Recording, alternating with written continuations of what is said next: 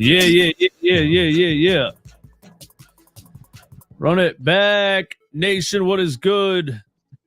Sixers sickos, absolute Sixers sickos. All right, we're sitting here on a Friday night watching another horrendous product from the NBA, which is the Detroit Pistons in any game that they play in.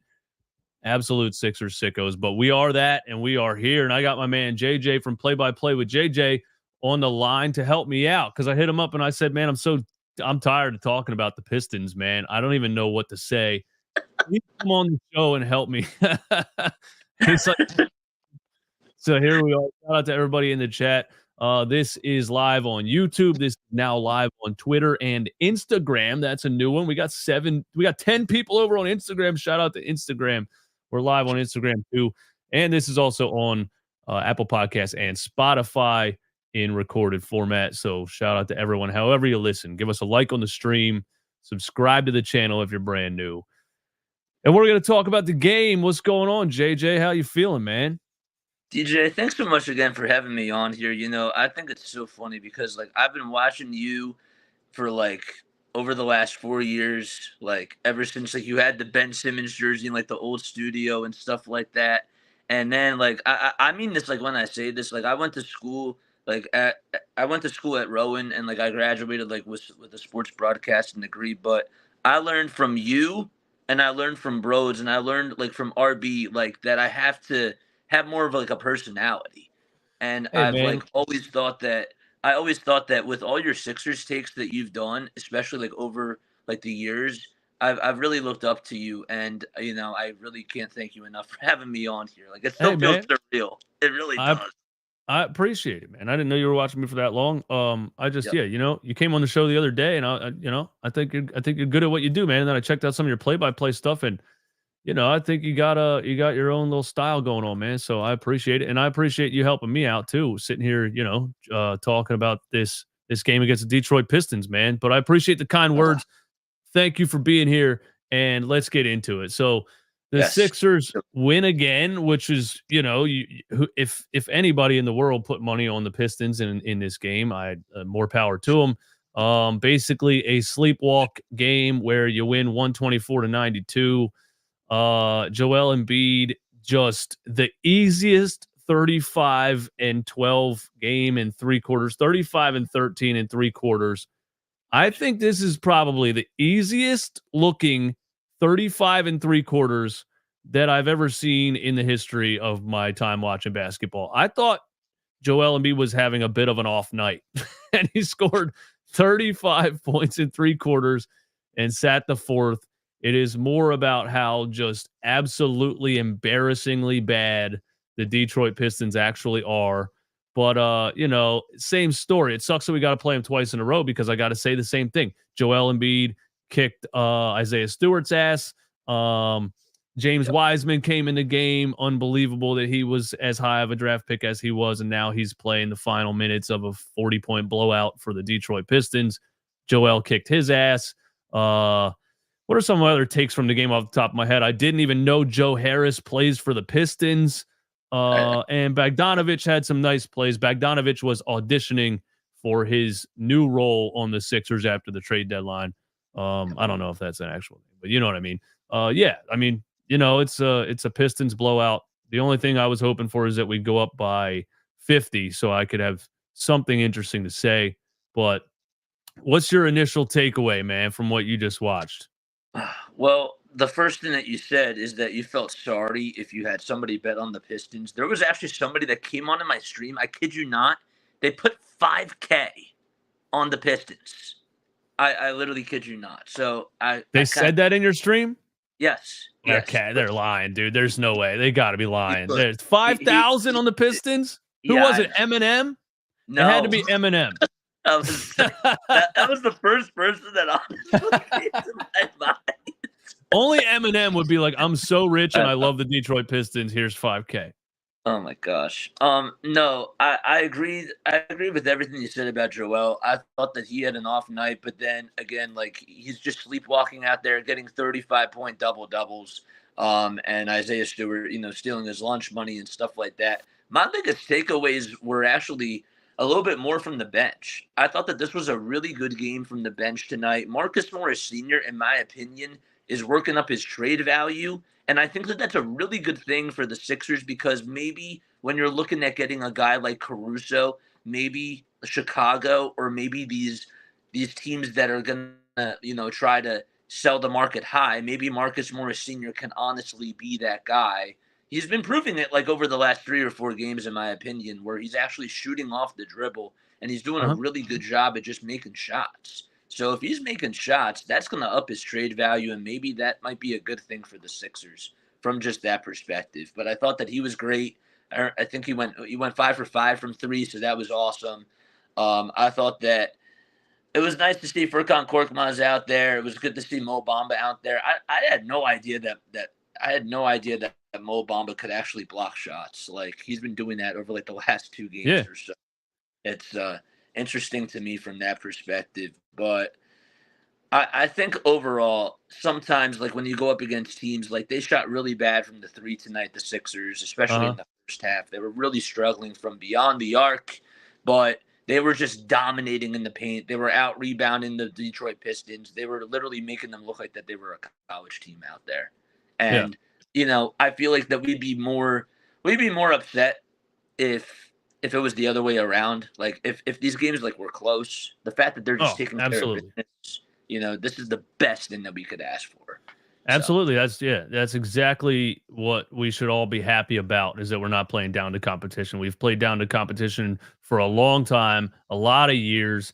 Even Joel Embiid himself, for him to have 13 rebounds in this game means that he didn't come into this arena and say, it's the Detroit Pistons. I'm not going to try. There's a lot of games in the past couple of years where Joel would have 6 rebounds. You know what I mean? And there was no effort from the start.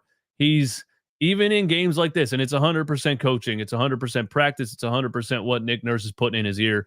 Even in games like this, he comes in right off the jump, the first 10 seconds of the game, he's putting Isaiah Stewart under the basket and getting the ball, the high-low from Nick Batum, getting fouls, he did it last game. He did it against the Wizards the other night. Even against a bad team, he's like, my goal is to come out here and put these dudes away as fast as possible. And he did it again for the second night in a row. Against the Wizards, we blew out the Wizards by 44, and he sat in the fourth quarter.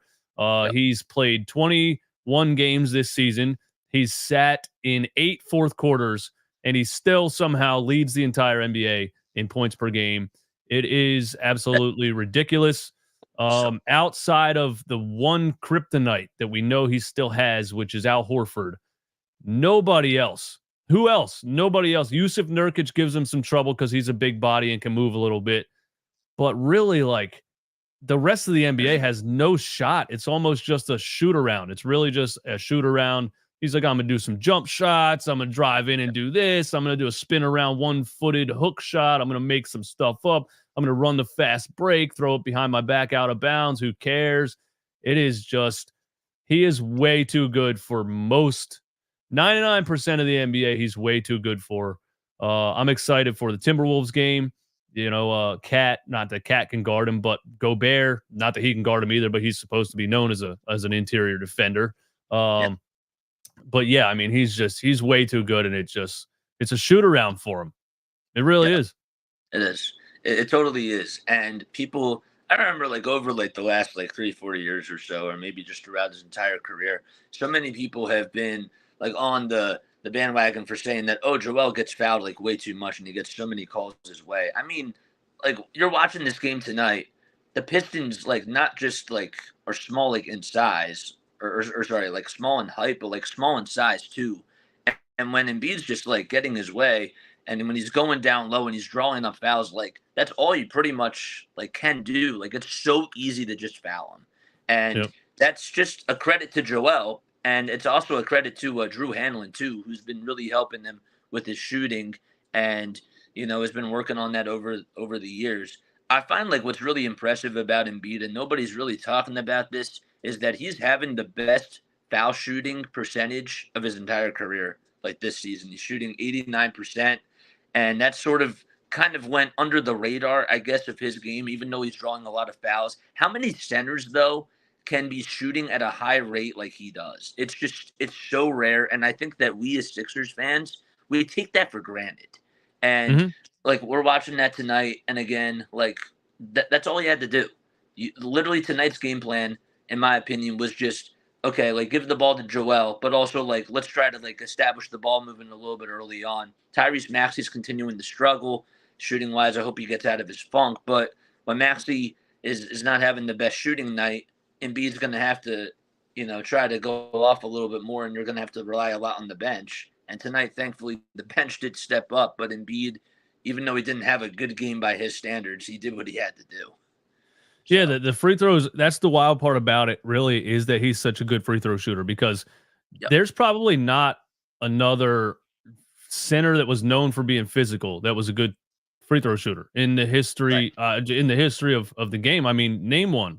The only real shooting 7-footers people can throw out there is Dirk Nowitzki, and there's some shooting 7-footers, but guys that are known for their physicality under the rim that are really good free throw shooters, I don't know one. I don't think there's been one. And that's another element that makes him so unstoppable, because you can't do anything. And with Shaq, you could just grab him, and Shaq can't shoot free throws. With Dwight Howard in his prime, with most centers that were known for being physical, you could just foul him and send him to the line. He's going to shoot 60%. Joel's at 86, 87% free throw shooter, and it just adds another element, because you resort to fouling him, but he's going to make the shots anyway. And so tonight they're going to look at, the haters are going to look at the free throws and say, oh, he shot 16 free throws. They weren't watching the game. I saw a play specifically where James Wiseman just grabbed him before he got the ball. He was like, fuck it. I don't know what to do. I'm just going to grab him and send him to the free throw line. So that's just the free throw shooting. is really a thing that makes him unstoppable. And Giannis and these guys, they get the calls, but they can't shoot it that way. That's the main reason people hate how many free throws he shoots, because he makes them. If he couldn't make them, nobody would care. Right. He's the best shoot. He's the best shooting physical center in the history of the game, in my opinion. Yeah. Yeah, I'm totally with you on that. I did want to ask you, okay, because I know that a lot of people are going to be talking about this too, but Tyrese Maxey over the last couple of games, like he's hit a little bit of a wall, in my opinion, with shooting. With shooting the three, especially. He goes 1 for 6 tonight from shooting from downtown. Did you expect this to happen at like this point of the season? Because I certainly did, because I knew that sometimes, like, especially with the way that his role has changed over the last year or so, you kind of just had the feeling that something was gonna hit him at some point of the season. And I thought that maybe during this stretch it would happen, and I'm kind of happy it's happening now, because when you're going up against, hopefully, like when you're going up against Minnesota, and even when you're playing against Chicago, which is when they play on Monday, if I believe. Hopefully, he can try to snap out of that funk. But have you? But did you expect this? Yeah, well, I think he had a little bit of stretch in the beginning of the season. After that, like 8 or 8-1 start or whatever, I think there was 2 or 3 games, or right after that 50-point game, I think he had a bad shooting night. Yeah, I mean, highs and lows, ups and downs. I don't really care too much about it, to be honest. It's he'll come out of it. He he's now one. He was 0 for 5 last night from three. Or 2 nights ago, he's 1 for 6 tonight. So that's 1 for 11 in the past couple of games. But I like the fact that he keeps shooting, number one, and when the three's not falling, he then tries to do other things and tries to involve himself other ways. And he had a couple, takes to the basket tonight, a couple nice finishes. So he had I feel like he had a lot of fast break points. I feel like he had a lot of runs out in transition. Beginning of the game, like one of the first 2 or 3 plays of the game, he beat everyone down the court in transition. It helps that the Detroit Pistons were throwing the ball to the other team the whole night. They have so many guys that jump in the air with nowhere to go and they just throw it away. Something of Monty Williams, man, it doesn't look like anybody's coaching that team at all. But yeah, Maxey had some transition buckets. What did you say? Detroit is the place where all like players like go to die. People's careers go to die. Yeah. People's careers go to die, man. And Monty Williams over there with the COVID mask on, I think he still thinks it's 2020. I don't know if Monty Williams is even here mentally right now. I don't know what's going on. But Maxey's 1 for 11 shooting threes the past couple of games. Not worried about it. I love how he affects the game in other ways. I think 2 games ago he had 9 assists still with how bad he was shooting. And tonight he had some drives to the basket and some tough finishes. And I liked it, man. I don't care that he's not shooting. So he'll come out of it. It'll start to fall again. And if it falls, like, if it falls and he shoots 2 for 5 the other day and maybe 3 for 6 tonight, he's back up to his scoring average. So the fact that he had 19 points and he couldn't hit a three, is cool with me. I know we got what else stood out to me in this game? Kelly Oubre Jr. had the first poster dunk of his Sixers career. I was happy about that. He drove baseline. He drove baseline and postered, I think, James Wiseman early on in the first quarter. They didn't freak out as much as I did. They didn't show me the replay. They just brushed it off like nothing happened. I got to find that play and put it all over Instagram and everywhere. And then he caught an alley-oop like a little while later, next quarter or something, from Maxey. Didn't even look close, and he tried to throw it down and got fouled. And I'm just it's so nice to have a guy like Kelly Oubre, man. It's so nice to have him, that length and that athleticism and just that dog mentality. He loves contact. He wants to dunk on people. He just wants the confrontation at the rim. It's been so long since I feel like there's been a Sixers player that just drives in and wants confrontation. I love that. Yeah. I'm totally with you on that too. Actually, like when you were talking, I was thinking to myself, the one thing I was really thinking about like during this game was when Maxey did have that little alley-oop pass. I know that part of it is because like they never really had the wings before to like actually do it, because they never really had the athleticism. But how many times have we really seen like a Sixers point guard actually throw alley-oop passes? Like Ben Simmons never really did it. And it's just it was actually kind of interesting to me, because like I'm watching and I'm thinking like, man, like I'm thinking about like Chris Paul and like some of these other like point guards that are out there that you just see them do it like all the time. We haven't really had that Yeah. in the city for a little bit of time, and that was kind of nice to see. I was just I was thinking about that because that was something that kind of stood out to me because I was like, shoot, like I haven't really seen that from the Sixers in a little bit. Like even James Harden didn't really do that. So Yeah, he didn't. Well, yeah, it has a. I don't think there's been a player that you could throw alley oops to. You know, once in a while, that's someone the other who, thing too. yeah, That's yeah, the other once thing. in a while, someone who either just got here, hasn't played for the team for very long, tries to throw one to like Tobias Harris or something, and we're like, no, that's not gonna work. He's Yeah, probably not that. But yeah, Kelly Oubre is like the first guy maybe that can catch an alley oop on this team for a long time. yeah. Maxey had another nice pass where he was under the rim and like a got kind of double teamed under the basket, nowhere to go, and made like a crazy skip pass all the way to the corner to Yeah, I yeah, think yeah. Batum. It was Batum. It was yep. He was on the near corner, and he just Yeah, Batum's trigger is just so quick. Like I love it. Like just quick decisions. Like just pick and pop, shoot three. yeah, he's great. It's just beautiful. Yeah, Batum's Um, great to have, man. Go ahead. I was gonna say something else that I want to say like that also kind of stood out to me was I saw. I mean, we talked about Morris Senior, and that was nice, but I thought that overall, like it was nice to actually see like the bench just go out there for the fourth quarter and just try to put this game away. I thought that this was a good game for them to do that. The one thing that Nick Nurse has said like since the very beginning of his time is that he wants to try to work up everybody's trade value. And I thought that tonight he honestly did a good job at that, even with guys like Mo Bamba. I know that Mo's probably like not going to get traded because Mo's like not getting a lot of minutes and stuff like that. But like it's just like when he's out there, I feel like that he really is trying to put these guys in a position to succeed and trying to really get them all bought in. And tonight they were just locked in again. Like I think about the Doc Rivers lineups, and I think about just like the the mentality of it.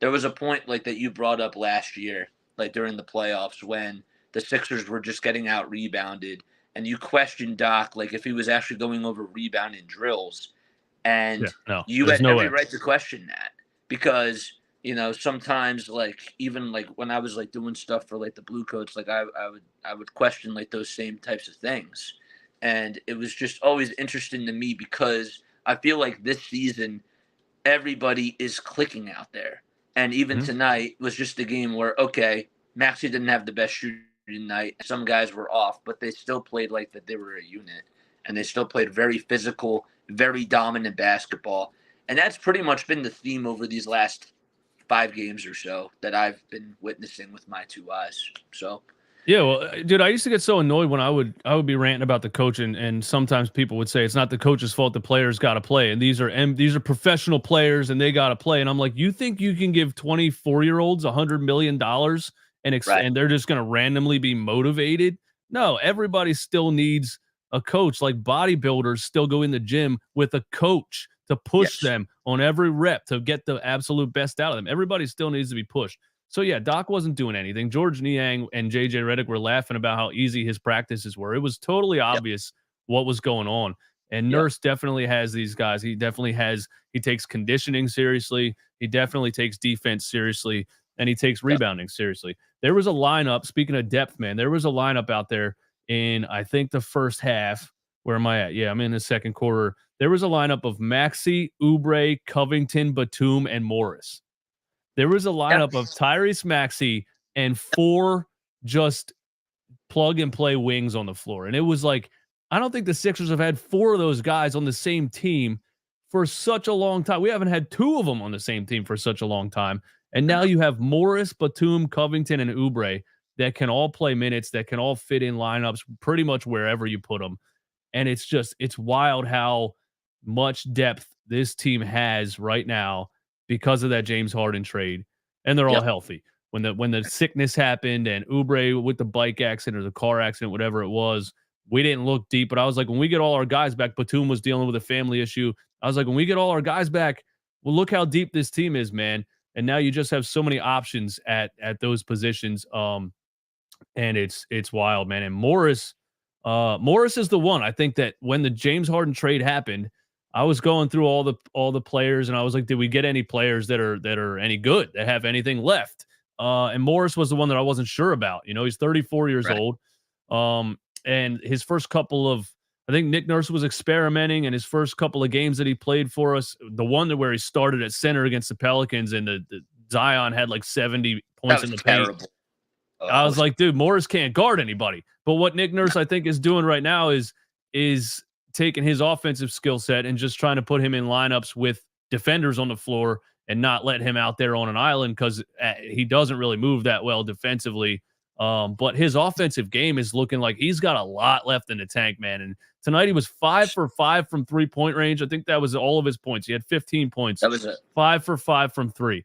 And it's like, yeah, and you were saying he's raising his trade value. I don't know if he has trade value because of his age. I think he's on an expiring contract too. I guess that's valuable. I don't know if anyone's like, yeah, we need Marcus Morris on our team, but just the fact that he can give you value if he's on your team at this age is nice. Right. And yeah, I'd like to keep him, man. Honestly, I'd like to keep him. He's from Philly, and it seems like he came back to his hometown, and he's like revitalized for the last couple years of his career. If he keeps shooting like this, I like it. My only rebuttal against it is that, like, we know that in the playoffs that these lineups are going to shrink 9-man rotations. And yeah. I'm trying to think, like, if you were to go to like an 8-9-man rotation now, like, who would you leave out? Morris Sr. is probably not going to make like the 9-man rotation. And I would probably give like Patrick Beverly, Paul Reed, and some of the other guys, and of course like the Nick Batums and the Kelly Oubre Jr.'s and the Robert Covingtons, like right there, like those are 4 guys. Like one of them. Out of the starting 5. So starting 5: Melton, Maxey, Embiid, Harris, Batum. Then you're saying 9. So 4 players off the bench. Paul Reed, backup center. Correct. Covington, Oubre Jr. and Beverly. And Pat Bev, because he's legitimately the only other point guard on the team behind Tyrese Maxey. Well, the thing about Covington is I like Covington probably for his defensive impact and his 3-and-D ability more than Morris, but I think Nick Nurse likes Morris more than he likes Covington. So yeah. It's interesting really who would be part of the 9-man rotation in the playoffs, but you might be right. You know what I mean? You might be right about that. Yeah. All right, let's do nightly awards, man. Run it back Philly, Sixers post game live. Nightly awards. I'm pretty sure we're both going to have the same player of the game. Joel Embiid, 35 and 13 in 3 quarters. Made the Detroit Pistons look like my niece's junior varsity women's basketball team. Shout out to Ava. Hi, Ava. Joel made the Pistons look like your basketball team out there tonight. And that's what happened. Joel Embiid's the player of the game. It is what it is. What can you do? And he's going to do it again against the Hornets. It's a nightly thing now. But that's the thing. We're not playing down to competition. You're not getting these games where he's out there looking like he's not giving effort. He's going out there and trying to put these teams away as fast as possible. Let me play hard for 2.5 quarters, and then I'll go sit down. Just got to clock out. That's it. Clock in, clock out. Yep. That's literally it. I was actually going to say that Marcus Morris Sr. was my player of the game because obviously like Joel Embiid is like doing it all like in the first 2.5 quarters, but I wanted to give Marcus Morris Sr. his flowers because again, shooting off the dribble. He also like there was a shot that the shot clock was expiring and he was like from 30 feet outside. Like he did it off the dribble, hand in his face. I was like, man, like I think that was his 4th 3, and we were like, "What is this guy can't miss right now?" Right. This guy's turning into Steph Curry. Like, yeah, pump fake with the shot clock winding down and like steps through and hits one at the shot clock buzzer. That was crazy, and he's not going to go 5 for 5 every night, but if he still has that much left in the tank as far as a shooter, I like it. I like it a lot. I had Marcus Morris as my game changer. I got the second award is the game changer, and his 15 points off the bench were huge. His catch and shoot, his 5 threes, it was all big. And really with Maxey struggling from 3 honestly, the whole team struggled from three. Tobias was 1 for 3. We shot 37%, but the first half it was really bad. It was like 20 something. So I had Marcus Morris as my game changer because really he's the only player that was shooting good from three. Kelly Oubre was 1 for 5. Who else was bad from three? Batum 0 for 1. Melton was 0 for 3. So I had Morris as my game changer. Yeah, I also had him as my game changer too. I had player of the game and the game changer. And the game changer. I mean, you really liked him tonight. You gave him 2 awards. I did. I had to. Like, who else would I have said for a game changer? I mean, I guess Joel Embiid. I could have said that too, but yeah, absolutely. It could have went either way. But I would say that he was both. I thought Kelly Oubre Jr. had like a very quiet 11 points tonight. I didn't really think that he did like anything too flashy. There were a couple of there was that 1 3 that he hit that was really nice. He went 4 for 11 from the field. But no, I would say that Marcus Morris Sr. would have been my game changer too. I love it, man. The last award that I'm doing on the nightly award show is the fraud of the night.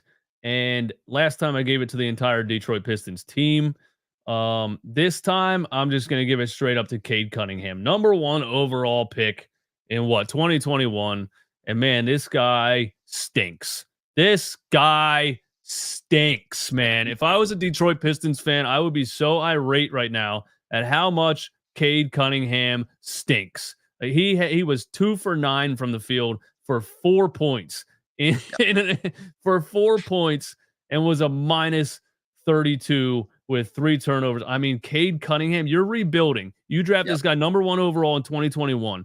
And 2 years later, he's giving you 2 for 9 for 4 points when, like, who else is on the team that he's even deferring to? He's supposed to at least look like the future leader of the team. He's supposed to look like a guy that's at least putting up some points on a bad team, not expecting many wins, but 2 for 9, 4 points from Cade Cunningham is terrible. And Bogdanovich was 6 for 12, 17 points in his Sixers audition.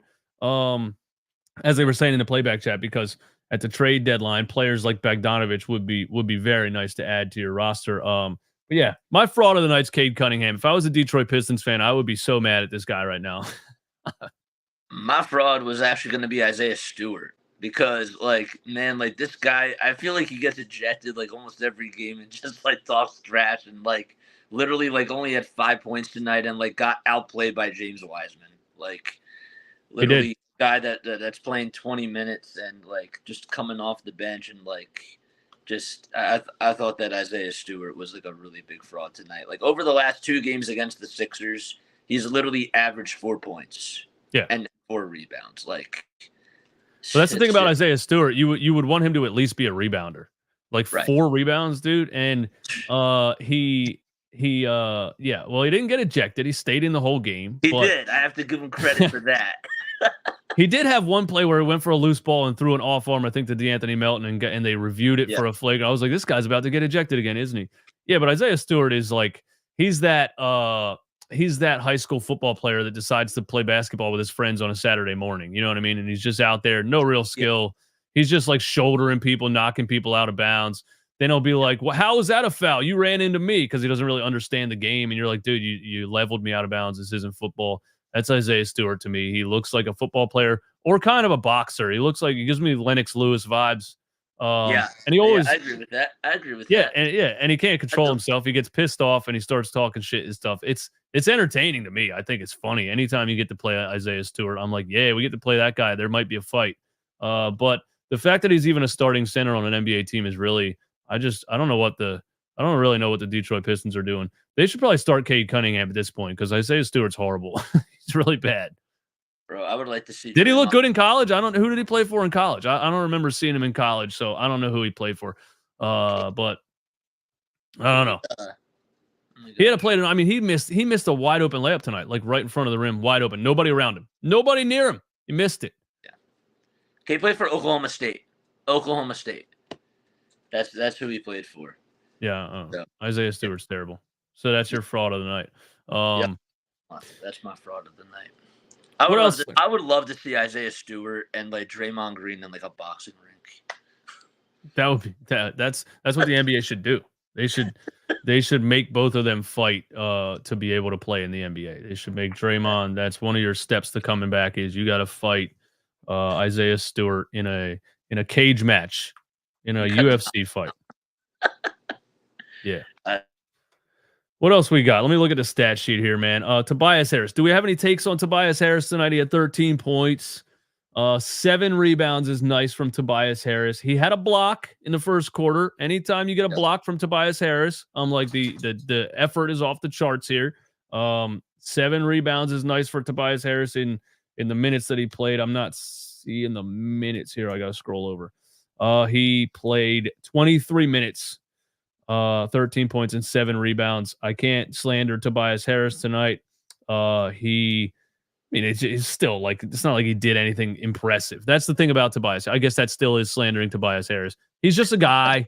He's just a guy. He's a $40 million random player. That's the wild thing about it. I'm not saying he shouldn't have signed the contract, but expectations come along with signing that contract. And you haven't even come close to living up to those expectations. And with the depth on this team, Covington, Morris, Batum, Oubre, Tobias Harris is becoming more and more unnecessary. That's really where I'm at with it. He's becoming more and more expandable. Like, you don't really, does he need to be there? That's what I'm saying with Tobias Harris. Do you need him? No, you really don't. I also thought tonight that DeAnthony Melton had an off night too. He went like 1 for 6 from 3. He's gonna have games like where he's shooting the ball like really, really well, and like he'll give you like that little spark. I know that somebody brought this up the other day that on a championship type of a team, he shouldn't be like your starting shooting guard. But I think that is probably like gonna have to happen because like I see them getting more of like a backup point guard and addressing like the power forward need more than that. But I didn't think that Melton had the best game. He got into a lot of foul trouble too. That was the other thing about it. But stats don't lie, but they also don't tell the full truth either. Like they can say that he's plus 26 or plus 30 out there, but I thought that just from the eye test, he didn't really shine tonight. But again, that's the thing about the plus minus stat, right? That's the thing about the plus minus stat is that people are going to be like, well, what are you talking shit? He was a plus 24. I'm like, yeah, because he was on the floor with Joel Embiid, Tyrese Maxey, Nicholas Batum, everybody else that was demolishing the Pistons. You could stand out there and do absolutely nothing and you'd be a plus 28. You know what I mean? That's, D-Melt is, he's a bench player to me, man. He's a nice bench player to have, but he's just that. And I don't know what they're going to do at the trade deadline. Daryl Morey said he's going to be aggressive. He's going to try to use the assets that they have to add another player. He said in his own words to add a player that we feel like is at least our 3rd or 4th best player. So he's looking for somebody significant that can be a starter. I don't know who that is. But yeah, in a perfect world, you want DeAnthony Melton coming off the bench because he's a bench player. He's inconsistent. That's what they said about him in Memphis. They were like, yeah, wait till he has a game where he's 1 for 6. And I'm like, he's a bench player. I expect him to have those games. That's what bench players are. They're inconsistent. But, I've always loved his hustle. I love his defensive effort. But, yeah, in the starting lineup, I think that's the one glaring thing. That and the unnecessity of Tobias Harris. But I don't know if that's a word. Unnecessity, lack of necessity, Yeah. I don't know. Something like that. But, yeah, that's the one thing that but I don't know who it's going to be. The Zach LaVine contract is crazy. I don't know. We'll see, man. Daryl's going to be on the phone trying all kinds of different things. Davon, a.k.a. Schoolboy Beats. What's up, man? Thanks for the super chat. Thanks for the support. That corner pass to Morris from Maxey in traffic. Yeah, I was talking about that a little bit earlier. That was such a nice pass. The fact that Maxey can be down there kind of smothered under the rim and have just the awareness as a point guard to be able to make that pass. It was really that play is a play that isn't going to be talked about enough. Just for his like being able to read the floor, because it's the one thing that everyone said that he wasn't is a facilitating point guard. I said it a lot for the past 3 years. I was like, he's a scorer. He's a 2 guard. Get him an Eric Snow. Get him a guy that can, and this year he's added a lot of things this offseason. He's added a lot of things as far as being able to read the floor in every situation too, not just at the top of the key running pick and rolls. When he's under the rim like that and he still has the awareness to get the ball all the way around to the corner, is like, wow, he's really making a leap as a facilitator. But I do like what Nick Nurse does too, where he puts him and Pat Bev on the floor together too, because you can run him at the 1 and the 2. That's the nice thing about him. You can run him as a point guard with Joel, 2-man game. It's almost unstoppable. And then you can bring a point guard out there and run Maxey off of 2 or 3 screens, and he's already faster than everyone. Now you're doing a little Allen Iverson with him, bringing him off of screens, getting him downhill. There's so many ways you can go, and Nick Nurse is being very creative with it, and I like it. But that's another reason that I would like I love Pat Bev. I love his attitude. I love what he brings to the team. But realistically, a better, bigger, better defensive, like floor general type of point guard, like a Malcolm Brogdon or somebody like that, I think would be perfect too. Yeah, I totally agree with that. There was I expected, man, like coming into this season, and I think that we all did, and we don't really talk about this too much, like especially now, like we're taking it for granted, in my opinion. But you expected that, like when they were when Nick Nurse was talking about having Tyrese Maxey become like the starting point guard, you just thought that Tyrese was just gonna like nonchalantly turn the ball over a lot more than he has been, and yet he still is like only averaging like I see 0 turnovers. I see like only 1 turnover a game. Like the turnovers are still so low, and yet his usage rate is going so up, and it's just skyrocketing. And I don't think that really gets in the that doesn't really get talked about. You know, like yeah, like his defense has gotten better overall, like as a point guard, I would say, but just his overall like ball handling skills, I think, have just been so awesome, and the fact that he's now more of the floor general out there on the court, and he's trying to set up plays and do more pick and rolls and stuff, you would just think that he would naturally turn the ball over more, and he's Mm-hmm. not. Like Yeah, that's really impressive.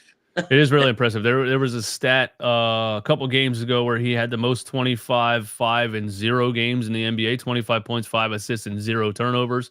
And I'm pretty sure his assist to turnover ratio is top of the NBA with Tyrese Halliburton, who's his assist to turnover ratio is insane, especially with how much he's scoring also for the Indiana Pacers. But yeah, Tyrese is his ball security is so impressive. It's because he's a smart dude, man. He's not very instinctual. He doesn't do dumb things. Everything he does is thought out a lot. I think it's actually the other way around. He has to learn to kind of think less because he overthinks a lot of things. Correct.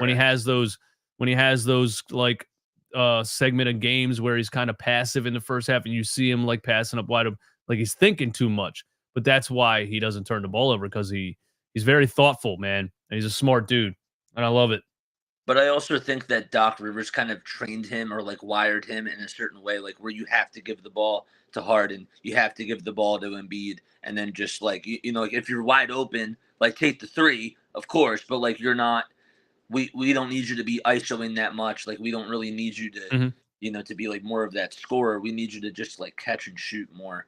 And I think that in some ways that his body still in some ways is trained like that, and Nick Nurse is trying to rewire his brain in that. Yeah, I mean, let's call it what it is. Doc Rivers is a fucking moron, dude. Doc Rivers is he's an idiot. I don't care what anybody says. Former NBA player gets a chance to be a coach, gets 4 Hall of Famers on his Boston Celtics team. And he's just been so overrated. And when he came here, he was 1 foot out the door of retirement, and he hurt the roster and the team and everybody more than he helped. And I resent him for a lot of things, but yeah, what you just bringing that up, when he was telling Tyrese Maxey, he said it was on an NBA TV live practice before the season, and he said any shot that you take is a shot that Joel could have, is a shot that Tobias could have. And I was like, why would a coach be telling a young player that? That's the opposite of what you should be telling. I can't stand that guy. And add on top of that, his arrogance and his pompousness and the way that he talked to the media and the would you ask Pop that question. And the entire city of Philadelphia hated that guy for good reason.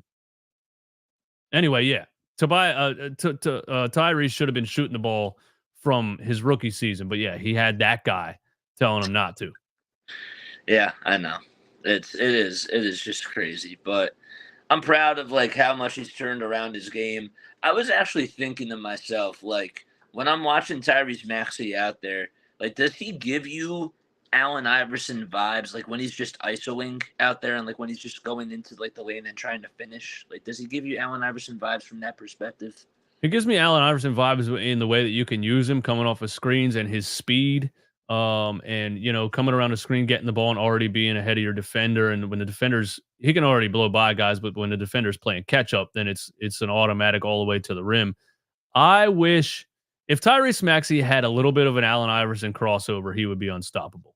If he just had a face up hesitation left to right, he would be absolutely unstoppable. And that Iverson crossover is iconic, and it was lethal. And at the time when Iverson was doing it, I kind of thought it was going to become a thing in the NBA, but there's really not many guys that face up and do that left to right hesitation crossover like Iverson used to do. Derrick Rose had one for a while that was one of the really nasty stop and go crossover type of stuff. But Maxey's really quick, and I would love for him to just have a face up like bang bang crossover and make somebody fall over. You know what I mean? So, but yeah, you can use him.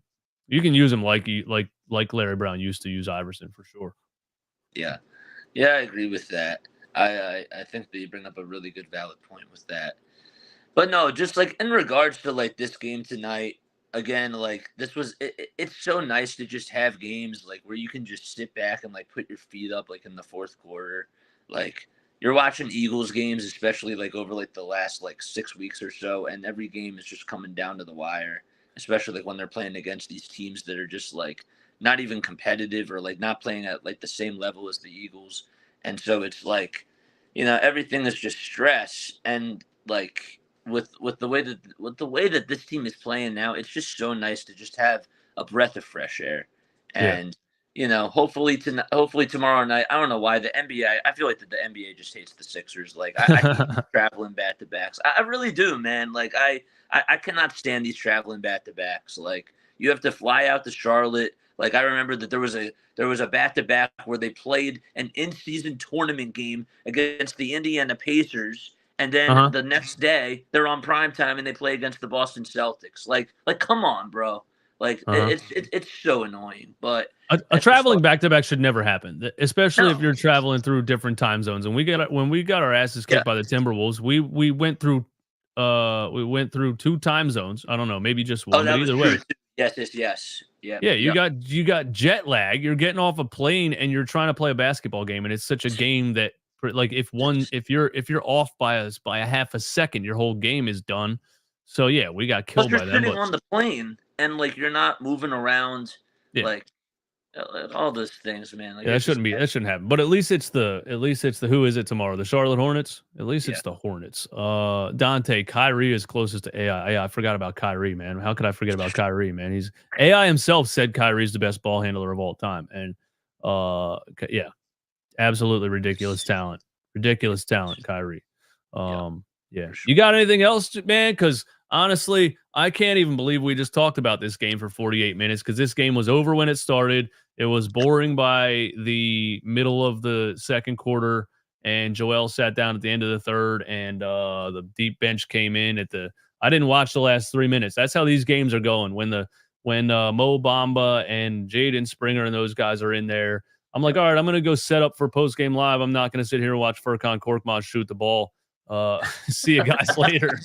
So yeah, man, thanks for coming through. Do you got anything else, man? I mean, like, of course, like you have to just throw in Furkan Korkmaz at the end. Like, you have to put him in at the end, and like he just goes like 1 for 3 from three, still thinking that he's like the Turkish delight, as Kate Scott calls him. Like, man, still thinks that he should be traded, and like he wanted out last year. I still remember that Yeah. report. He's Still got to makes be the me worst laugh. player to ever request a trade. I think he's the Remember, worst player to ever request a do trade. you remember like when Brett Brown was comparing him to like JJ Redick? Like, I used to think so when he dropped 40 in a summer league game one time, and I yes, it compared was. him to That was his first game. Yeah. who was the dude that played for the Kings back in the day, man? Big European 3-point shooter. Stojakovic, Peja Stojakovic, man. I compared him to Yeah. him when he was young and he dropped 40 in a summer league game. And yeah, he did not pan out to be Peja Stojakovic, but No, it is crazy. He's been around, man, like since he's like the second longest tenured guy. I don't know how he's like survived like 3 coaches, but whatever. Morris, Batum, Rocco Harris, probably one of them will be gone by the trade deadline. Who are you shipping and who are you keeping? MH, thanks for the question. My quite obvious answer to this question is the guy on a $40 million expiring contract, Tobias Harris, because when you look at Morris, Batum, Rocco, Harris, and Oubre, they're all on cheaper deals, and they can all do the same, if not more, for your lineup and fit better and everything than Tobias Harris does. To me, it's obvious. You Yep. don't, at this point, it doesn't look like you need the services of Tobias Harris. And you can get rid of that contract and bring somebody else in or a multiple players or something if a team is looking to clear cap space. Keith Pompey put out today that they're probably not going to trade Tobias Harris. They say this every year, and then they try to trade him. It's tough because a team wants to clear cap space, but do they want, I don't know. But out of those players, I would trade Tobias Harris just because of the contract. Because I think if he wasn't being paid that money and it wasn't on that contract, he wouldn't even be playing the minutes that he's playing right now anyway. He would just be a guy, and he might not even be on this team. I have a different question for you. I was thinking about like today, like when the whole Daryl Morey news broke out and how like he got his contract extended all the way till the end of the 2027-28 season. How come Tyrese Maxey like hasn't received like that extension just yet? Like, do you know why? Yeah, they said last year that was like an agreement between them because they wanted to be able to sign some guys this offseason, and if they would have signed Maxey to that extension last year, they wouldn't have had as much cap space, I think, this past offseason to try to sign the guys that they signed. They got Oubre Jr. on a veteran minimum, which I think they could have done either way. I think that was just an agreement between him and the team to keep some cap space for this offseason because you still had the big elephant in the room, the big $40 million number from Tobias Harris. Next year, Tobias is not going to be obviously paid that money by anybody. Tyrese is going to sign the extension. You're going to have Joel and Tyrese on maxes, and you're going to have space on the roster to maybe have another max contract player. Maybe OG Anunoby gets a big payday. Maybe there's a Lauri Markkanen trade that everyone's talking about, even though if you're the Utah Jazz, you do everything to sign him to an extension. Bot Ricks. Hey, everyone interested in becoming a mod for this channel, reach out to play-by-play with Jay. That's a bot. Oh, that's a bot. Okay. I got you. Yeah, we are streaming live on both channels. I forgot about that. Yeah, man. Hey, thanks for joining me, JJ. Like I said, man, you do good stuff, bro. You know what you're talking about. I enjoy talking to you. And thank you. You keep thanking me for the opportunity. Thank you for helping me talk about this boring game. Man, anytime. Seriously, anytime you need to, like, if you need me to hop on, like, I'm always happy to help out anybody on here. Seriously, Yeah, plug your stuff, man. Tell the people what the channel is. Yeah, so it's a play-by-play with JJ. I started this channel about a year ago, literally a year ago, which is crazy. But I call Sixers basketball games, Phillies baseball games. We did 127 of the 162 plus the 6 playoff games. You call an entire baseball game? Yep. Oh my God, that's like 4 hours. 127 of the 162 plus the playoffs. You're telling me on a Tuesday in the middle of the summer? Oh yeah. The first at bat. Yep. You're calling that shit. I tune into Phillies game. I tune into Phillies games in the 7th inning, basically, for most of the season. Ugh, man. Like, I mean, it's tough, but like when you're doing play-by-play, like when you're like locked in the zone, you feel like you have a purpose. So like you're not really like you're focusing on it like as a fan, but like you're focusing more on it as like trying to get like a rhythm and just like being the conductor out there. And that's how my brain is wired. It's really, really weird. But And no, Flyers like games? I we do Flyers watch parties. I'm trying to still like learn about like how to call hockey. I didn't really get a lot of experience with it in college, so we're trying to like build up on that. And I figured, you know what, like let's just do some Flyers watch parties. I have been going to the Flyers skate zone though. It's like 5 minutes away from my house, and Nice. I've been seeing them practice. But no, so like we've been just doing play-by-plays for the Phillies, the Eagles, the Sixers, and we do Flyers watch parties too.